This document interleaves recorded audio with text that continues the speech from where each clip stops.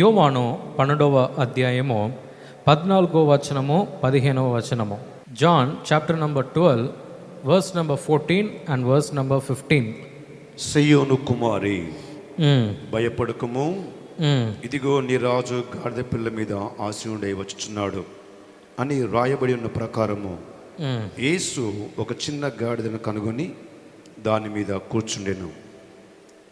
ఆయన శిష్యులు ఈ మాటలు ఎదుట గ్రహింపలేదు, కానీ యేసు మహిమపరచబడినప్పుడు అవి ఆయన గురించి వ్రాయబడిననియు వారు ఆయన వాటిని చేసిరనియు జ్ఞాపకంకు తెచ్చుకున్నది. ఇక్కడ మనము హోసన్నా అంటే అర్థమైంది, మమ్మల్ని రక్షించుము లేకుంటే మమ్మల్ని కాపాడము అని చెప్పేసి దానికి అర్థము కదండి. సో ఇక్కడ మనం ఏం చూడగలుగుతున్నామంటే, ఇక్కడ మనం మత్తయి, మార్క్, లూక్, జాన్లో గనక మనం చూస్తే ఒక్కొక్కరు వారి యొక్క ఓన్ ఆస్పెక్ట్లో వారు రాసిందే మనము ఈ 4 పుస్తకాల్లో కూడా మనం చూడగలుగుతాం. అంటే ఫర్ ఎగ్జాంపుల్ మత్తయిలో ఏదన్నా ఒక ఇన్సిడెంట్ తక్కువ ఉంది అనుకోండి, మనము మార్క్, లూక్లో లేకుంటే జాన్లో, యోవాన్లో మనం చూస్తే ఆ క్లియర్ పిక్చర్ మనకు వస్తుంది అనమాట. అంటే ఆ ఇన్సిడెంట్లో ఏమైంది అని మనం అన్నిటిని కూడా మనము తెలుసుకోగలుగుతాం. అందుకే ఈ 4 అపోస్టల్స్ వారు రాసిన అన్నిటినీ కూడా మనం ధ్యానిస్తాం గాస్పెల్ అంటే, అప్పుడే మనకు ఫుల్ పిక్చర్ దాంట్లో మనకు దొరుకుతుందని. సో ఇక్కడ మనం ఏం చూడగలుగుతున్నామంటే, యోవాను ఏమని రాస్తున్నాడు, then Jesus when he had found a younger donkey sat on it as it is written. అంటే రాయబడిన రీతిగా యేసు ఒక చిన్న గాడిద మీద ఏం చేశాడంట, ఎక్కి కూర్చున్నాడంట, సవారీ చేసిండంట. అది రాయబడి ఉందంటే ఎక్కడనో రాయబడి ఉంది ఆల్రెడీ. అంటే అప్పుడు అయింది కాదు. ఏమని అంటున్నాడంటే యోవాను, ఇది ఆల్రెడీ రాయబడి ఉంది అని అంటున్నాడు. ఎవరు? యోవాను అంటున్నాడు. అది ఎక్కడనో రాయబడి ఉందంటే అర్థమైంది, అది పాత నిబంధనలో ఎక్కడనో ఒక్క చోటులో అది రాయబడి అది ఉంది.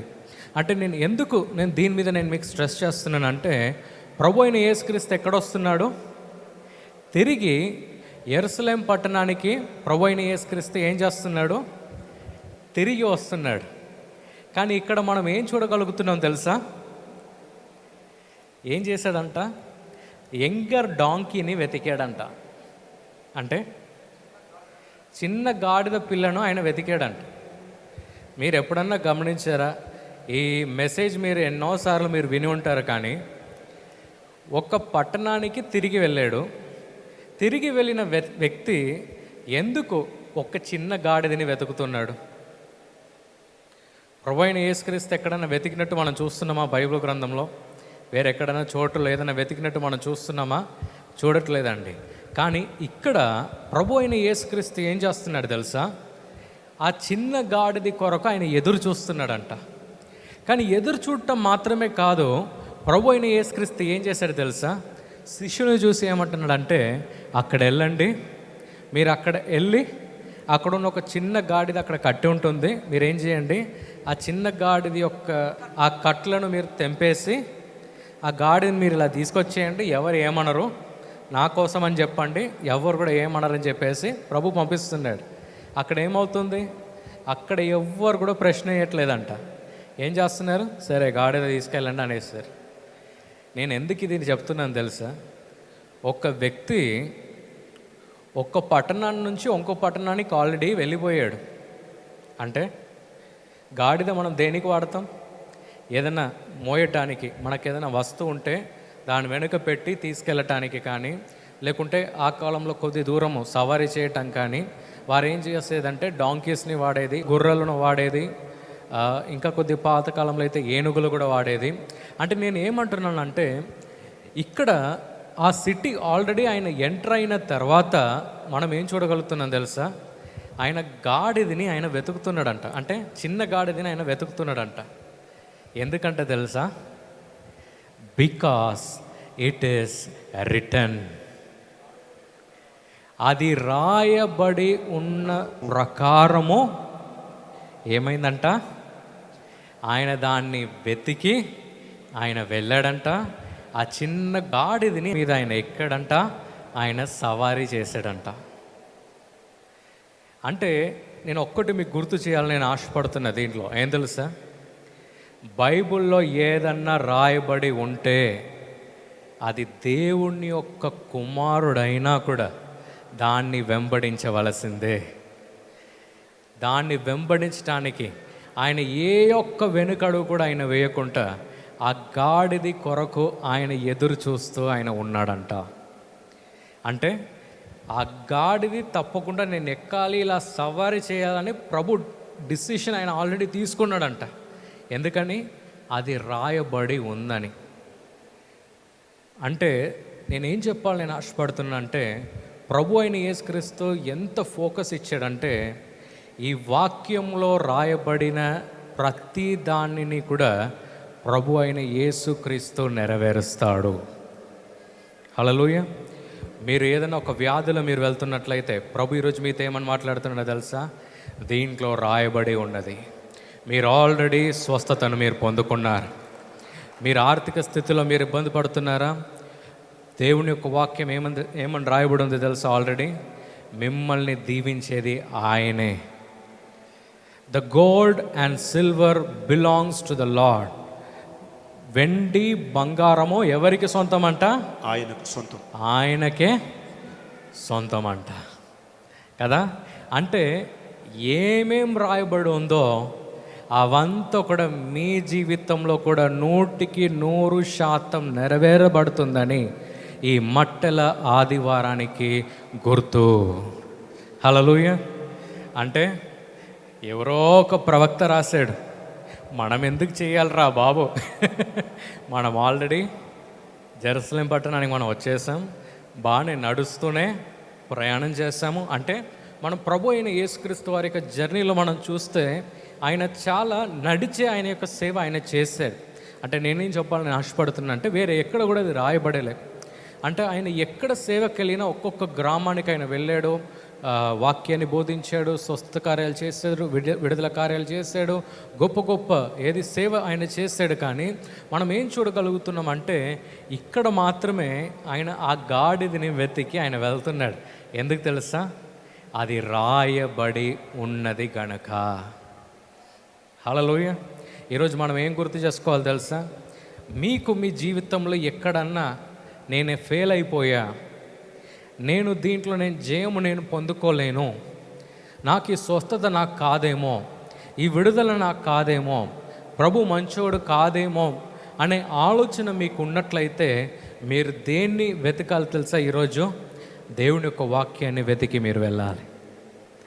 అది ఏం చెప్తుందో మీరు దాన్ని వెతికి మీరు వెళ్ళటం మీరు ప్రారంభించాలి. హల్లెలూయా. అందుకే ప్రభు అయిన యేసుక్రీస్తు ఏం చేశాడు తెలుసా, అపవాది వేసిన ప్రతి ఒక్క పరీక్షకు కూడా ప్రభు అయిన యేసుక్రీస్తు ఏమని చెప్పాడు తెలుసా, మన ప్రభుని ఏ రోజు కూడా శోధించకూడదని రాయబడి ఉన్నది. అంటే ప్రభు మనకి ఈరోజు మన దగ్గర ఆయన ఏమని తెలియజేస్తున్నాడంటే, మీ జీవితంలో ప్రభు ఈరోజు ఏదైనా వాగ్దానం ప్రభు మీకు ఇచ్చాడా, ప్రభు మీకేమని గుర్తు చేస్తున్నాడు తెలుసా, అది మీ జీవితంలో 100% తప్పకుండా జరుగుతుంది. హల్లెలూయా. ఇది మనం ఎక్కడ చూడొచ్చు అంటే, జకర్యా 9వ అధ్యాయము 9వ వచనంలో మనం దీన్ని మనం చూడవచ్చు. సీయోను నివాసులారా బహుగా సంతోషించుడి, యెరూషలేము నివాసులారా ఉల్లాసముగా ఉండుడి. నీ రాజు నీతిపరుడును రక్షణ గలవాడును దీనుడై గాడిద పిల్లను ఎక్కి నీ యొద్దకు వచ్చుచున్నాడు. అంటే జకర్యా యొక్క కాలమును ప్రభు అయిన యేసుక్రీస్తు యొక్క కాలము మనము కంపేర్ చేస్తే చాలా గ్యాప్ ఉందండి. ఎప్పుడో చెప్పబడిన ఆ వాగ్దానము కానీ ప్రభు అయిన యేసుక్రీస్తు 33 సంవత్సరాలు ఆయన ఉన్నప్పుడు అదేమైంది తెలుసా, అప్పుడు అది నెరవేర్చబడిందంట. ఈరోజు ప్రభు మనకేమని ఆయన గుర్తు చేస్తున్నాడు తెలుసా? ప్రభు మీకు వాక్యము ద్వారా మీకు ఏదైనా ఒక వాగ్దానాన్ని ఇచ్చినా, ఏదైనా ప్రవక్త ద్వారా మీకు ఏదైనా ఒక వాగ్దానం మీకు వచ్చినా, లేకుంటే ఏదన్నా ప్రభువే మీతో ఏదైనా స్వరముతో ఆయన మీతో మాట్లాడినా, ఆయన మీకేమని గుర్తు చేస్తున్నాడు తెలుసా? ఆయన వాగ్దానము లేట్ అయినా తప్పకుండా మీ జీవితంలో 100% నెరవేరుతుంది. హల్లెలూయా, హల్లెలూయా. సో ఈరోజు మీరేమని మీరు నమ్మాలంటే, మీరు వెంటనే దేవుని యొక్క వాక్యం వైపు మీరు వెళ్ళాలి. అపవాది ఏం చేస్తున్నాడంటే, ఈ కాలంలో చాలా డిస్ట్రాక్షన్స్ ఆయన ఇస్తున్నాడు కదా. అంటే ఆటంకాలు చాలా ఇస్తున్నాడు. దేనికి తెలుసా? దేవుని యొక్క వాక్యంలో నుంచి దూరంగా లాగటానికి. యూత్ అబ్బాయిలను చూస్తే ప్రేమ ప్రేమ అని ప్రేమ వెనక వెళ్తారు. కొద్దిగా ఏజ్ ఎక్కువ అయితే డబ్బు డబ్బు డబ్బు అని జాబ్ వెనక వెళ్తారు. ఇంకా కొద్దిగా ఏజ్ ఎక్కువ అయితే హాస్పిటల్ అని హాస్పిటల్ వెనక వెళ్తారు. ఇంకా కొద్దిగా ఏజ్ అయితే అబ్బో ఇంట్లో అత్త కొన్ను కోడలకు అసలు పడదు, ఆ పెద్ద పెద్ద డ్రామా అయ్యిద్ది. అంటే చెప్తున్నా, ఎవరిని పాయింట్ అవుట్ చేయట్లే, సారీ. ఏమంటున్నా, ఏజ్ వెళ్తుండగా ఒక్కొక్క డిస్ట్రాక్షన్స్ పెరుగుతూనే ఉంటుంది కదా. ఈ కాలంలో చాలా ప్రెషర్స్ యూత్ పిల్లలకు వస్తుంది. దేనికి తెలుసా? అందరు బాగానే చదివేస్తున్నారు కానీ జాబ్ దొరకట్లే. అంటే జాబ్, మంచి జాబ్ కొరకు అందరు ఫైట్ చేస్తున్నారు, జాబ్ దొరకట్లే. దాని మీదనే వారి యొక్క టెన్షన్ అంతా కూడా వెళ్ళిపోతుంది. కానీ ప్రభు ఈరోజు మన దగ్గర ఆయన ఏమైనా మనకు గుర్తు చేస్తున్నాడు తెలుసా? ఈరోజు వాక్యము మీ పట్ల ఏమని రాయబడి ఉందో దాన్ని చూడండి. మిమ్మల్ని ఏ రోజు కూడా తోకగా ప్రభు చేయడంట, మిమ్మల్ని తలగానే ఉంచుతాడంట. హల్లెలూయా. మీరు ఏ రోజు కూడా ఆ వ్యాధితో మీరు బాధపడి మీరు చావరు, కానీ స్వస్థత 100% మీరు పొందుతారు. హల్లెలూయా. అదే అవమానముతో మీ జీవితం అంతా కూడా మీరు బతకరు, కానీ మీ తలను తిరిగి హెచ్చింపచేసేది ఆ ప్రభువే. హల్లెలూయా. గుర్రములు యుద్ధానికి సిద్ధపడతాయి, కానీ జయము ఎవరి దగ్గర నుంచి వస్తుందంట? మన ప్రభు దగ్గర నుంచి వస్తుందంట. హల్లెలూయా. గట్టిగా చప్పట్లు కొట్టి ప్రభుకు మహిమనిద్దామా? అంటే ప్రభు ఈరోజు మనకేమనైనా తెలియజేస్తున్నాడంటే, ఏం రాయబడి ఉందో దాన్ని చూడండి. అది మీ జీవితంలో అయ్యే వరకు ప్రభు ప్రతి ఒక్క ప్రయాసం కూడా మీ జీవితంలో అవ్వటానికి ఆయన ముందడుగా ఆయన వేస్తాడంట. హల్లెలూయా. అంటే బైబిల్ గ్రంథంలో ఆల్రెడీ రాయబడి ఉందని చెప్పేసి ఆయన ఏం చేస్తాడు తెలుసా? ఒక గాడిద పిల్లను ఎదురు చూస్తూ ప్రభు అయిన యేసుక్రీస్తు ఉన్నాడంట. ఎందుకంటే రాయబడి ఉంది గనక. ఈరోజు మీరు వాగ్దానాన్ని మీరు మాట్లాడేటప్పుడు మీరేం చేస్తున్నారు తెలుసా? మీరు వాగ్దానాన్ని మీరు మాట్లాడేటప్పుడు ముగ్గురికి గుర్తు చేస్తున్నారు. మనం వాగ్దానాలు మనము ఎందుకు బయటికి మనం మాట్లాడాలంటే, మంచిగా వినండి. ఫర్ ఎగ్జాంపుల్, మీరు పొందిన గాయాల ద్వారా నాకు స్వస్థత, నువ్వు పొందిన దెబ్బల చేత నాకు స్వస్థత అనే వాగ్దానం మీరు నమ్ముతున్నారు అనుకుందాం. దాన్ని మీరు మాట్లాడుతున్నారు. దేవుని యొక్క వాక్యాన్ని మీ జీవితంలో అది అవ్వాలని చెప్పేసి మీరు పోరాడుతూ ఉన్నారు. ఈ మాట్లాడేటప్పుడు మీరు ముగ్గురికి మీరు గుర్తు చేస్తున్నారు. ఒక్కటి ఎవరికి తెలుసా? ఒకటి అపవాదికి మీరు గుర్తు చేస్తున్నారు. ఏమని గుర్తు చేస్తున్నారు తెలుసా? నువ్వు ఎన్ని ప్రయత్నాలు నువ్వు చేసినా మా దేవుని యొక్క వాక్యము ద్వారా నేను జయాన్ని పొందుతాను. సెకండ్, మీరు ఈ వాగ్దానాన్ని మీరు మాట్లాడేటప్పుడు మీరు ఎవరితో మీరు అంగీకరిస్తున్నారంటే, ఆ దేవాది దేవుడితో మీరు అంగీకరిస్తున్నారు. అంటే ప్రభువా, నువ్వు స్వస్థపరిచే దేవుడు అని నాకు తెలుసు, దాన్ని నా జీవితంలో తప్పకుండా నువ్వు నెరవేరుస్తావు అని చెప్పేసి రెండోది ప్రభుతో మీరు ఏకీభవిస్తున్నారు. మూడోది ఎవరితో మీరు మాట్లాడుతున్నారు తెలుసా? మీతో. అందరూ చెప్దామా? ఎవరితో? మీతో మీరు మాట్లాడుతున్నారు. ఎందుకంటే మీరు దేవుని యొక్క వాక్యాన్ని మీరు నమ్మాలంటే మీరు కూడా దాన్ని పలుకుతూ ఉన్నప్పుడు ఏమవుతుందో తెలుసా? తప్పకుండా మీ జీవితంలో అది నెరవేర్చబడుతుంది. ఫస్ట్ అపవాదికి గుర్తు చేస్తున్నాం దేవుని యొక్క వాక్యము బలము కలిగిందని. సెకండ్, ప్రభుతో ఏకీభవిస్తున్నాం.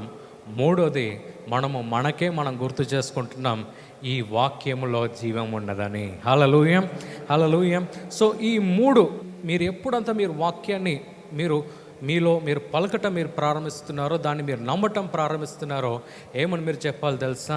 దేవుని యొక్క వాక్యంలో రాయబడి ఉన్నది, దేవుని యొక్క వాక్యంలో రాయబడి ఉన్నది. ప్రభు అయిన యేసుక్రీస్తు కూడా అది రాయబడి ఉంది గనక ఈ మట్టల ఆదివారాన్ని ఈరోజు మనం సెలబ్రేట్ చేస్తున్నాం. హల్లెలూయా. ఈ ప్రోగ్రాం మీకు ఆశీర్వాదకరంగా ఉన్నదని మేము నమ్ముతున్నాం. ఫస్ట్ లైక్ చేయండి, తెలిసిన వారు మీ ఫ్రెండ్స్ అందరికీ మీరు షేర్ చేయండి, తర్వాత సబ్స్క్రైబ్ చేయండి. తప్పగా ప్రభు మిమ్మల్ని దీవిస్తాడు. ఇక రాబో వీడియోను కూడా మీరు చూడండి, దీవించబడండి. ప్రభు మిమ్మల్ని దీవించును గాక. God bless you.